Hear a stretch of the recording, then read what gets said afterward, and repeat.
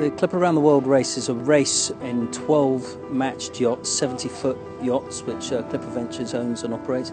We put one professional skipper on board, and the rest of the crew are ordinary men and women who want to have an adventure of a lifetime, really, and race around the planet.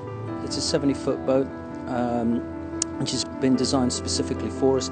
They're very much built for the rigours of, say, for example, the Southern Ocean or the North Pacific in April when we go across. So they're very robust, they're very strong. Considering their design, they're still very fast, very powerful yachts. We have to bear in mind who is actually sailing them. They are very much on the edge, so very exciting sailing. Becoming skipper and being selected was a long process. I was very excited and very proud when I heard that I was going to be a Clipper skipper.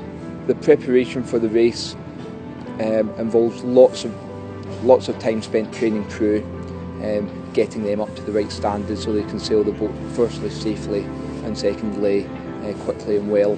I love going on adventures, I love sailing and I love teaching.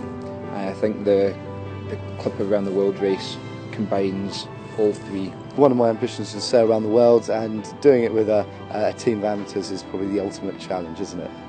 They say it's 10% sailing, 90% crew management. So the big role is the crew, actually getting them to, it's their race and it's their experience. So it's getting the most out of them, training them, empowering them to be able to get the most for their race. The Clipper race goes to some amazing places that the majority of sailors just wouldn't have the opportunity, unless they were very well found, to go or visit.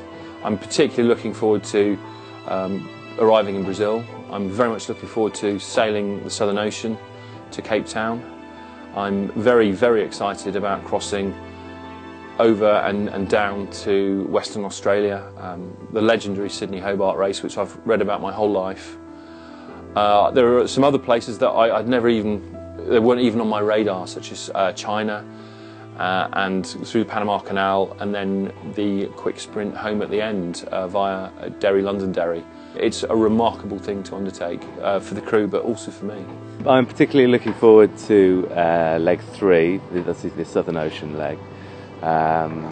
It's something that a lot of sailors aspire to, me especially, is to sail in the Southern Ocean with the big swells that go all circulate the entire globe and just get bigger and bigger into the sides of houses. And I think surfing down those kind of waves is going to be hugely exciting and exhilarating. But also leg 6, the North Pacific, is such a long leg, potentially the most challenging leg. I think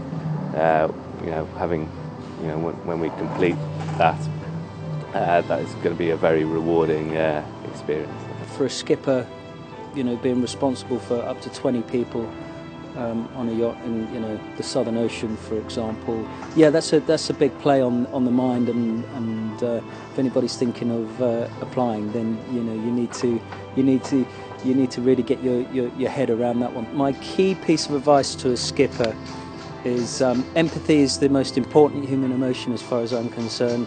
Always keep your feet on the ground and always do what you say you're going to do. To the crew, I would definitely say what you put in is what you get out of it. And the more you put in, the better time you're going to have, and you'll certainly walk away with it, and having never regretted doing it. I think finding a balance between pushing the boat hard enough and being competitive, and also giving people the opportunity to enjoy the day-to-day wonderful experience of being properly offshore in some of the wildest and most beautiful oceans in the world. We're going to some extraordinary remote places. At one point someone said to me, the next nearest humans are on the space station, which I found quite staggering to think about, but we're nowhere near some shipping lanes. Apart from the 11 other boats bobbing around, it's just us, and that's both quite awe-inspiring and also very appealing.